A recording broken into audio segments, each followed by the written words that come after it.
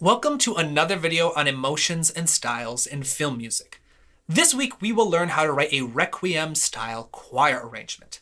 This type of dark and somber choral music tends to be really popular in tragic films and Gothic-style stories. So let's get started by first listening to a short piece that I wrote for this video, and then we can look at the strategies I used to compose it.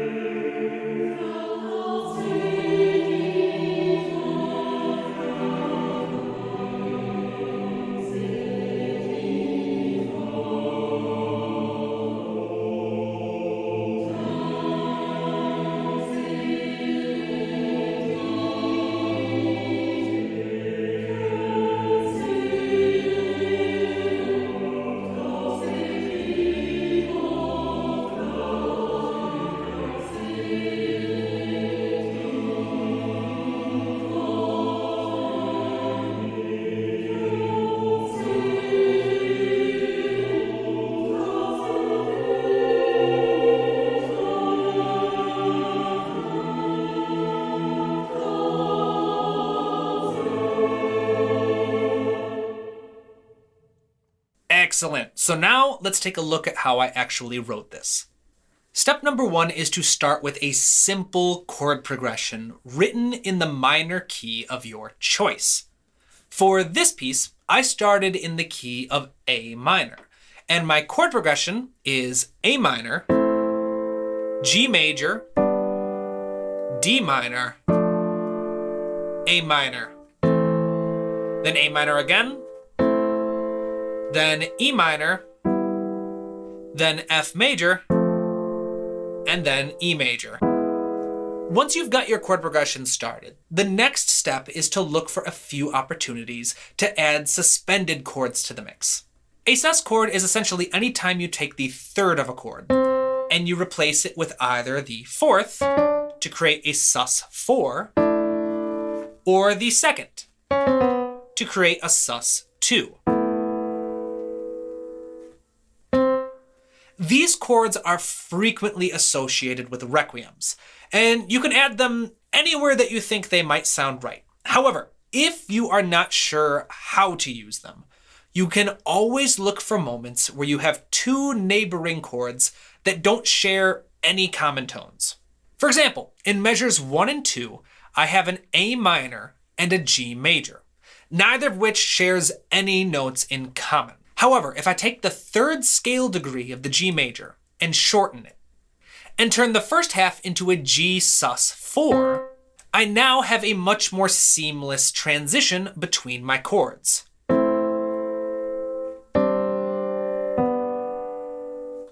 A similar opportunity is also available in measures 7 and 8, so I'll use another sus4 to help bridge the gap.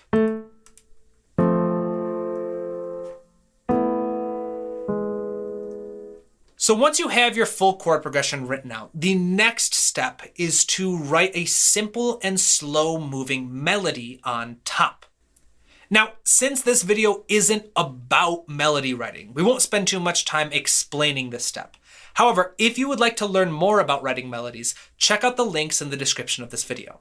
But for now, as you write your melody, make sure to use plenty of longer note values. You want to make sure there are a few spots where the melody holds on to a long note, or even rests for a few beats. This helps allow some room for the other voices that we'll be writing to help move and get a little bit more attention underneath. For this piece, once I've finished writing my primary melody, I just repeated the same steps to write a secondary melody. Then I just copied and pasted the original melody so that I could work with an A-B-A structure. This isn't necessary for your own piece, it's just the structure I decided to work with for this video. However, once the melodies are sketched out, the next step is to arrange each section of your music so that we have a more interesting texture. In music, the word texture refers to the number and types of different layers in your music. One of the calling cards to a requiem is the use of complex and layered textures. Instead of working with a typical melody plus chord progression, you want to work with something more like a series of melodies that are layered on top of each other. Now, there are a few different ways we can do this, but the two strategies we'll focus on in this video are part writing and counterpoint. Part writing is fairly simple. We'll start with our melody and then just 2 or 3 chordal tones underneath. For example, in these first 2 measures, I have an E. The underlining chord is A minor. So the other 2 chordal tones are A and C. Let's just add those. Then in measure 2, we have a G over a G sus4. So let's do another G, and then we'll add a C and a B underneath. The reason why I didn't use D is because I liked the motion of having the common tone here. And I also didn't want to accidentally run into my melody. Once you have your layers written out like this, you can start to look for opportunities to add embellishments between the chordal tones to help make them sound more like miniature melodies. And 2 of the simplest and easiest strategies to do this are to help bridge the gap between larger leaps with something called a passing tone, or to add little neighbor tone embellishments when holding a longer note. For example, here we have an F to an A.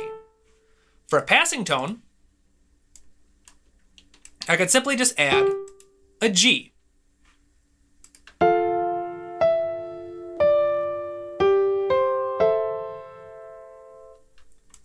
This G natural helps bridge the gap between F to A with more stepwise movement and helps make the whole thing sound a little bit more melodic. For longer note values, we can use a neighbor tone, which is simply chopping up a longer note, having it move up and then back down to the original pitch. Or you could go down and back up to the original pitch, which helps add a little bit of flair and movement.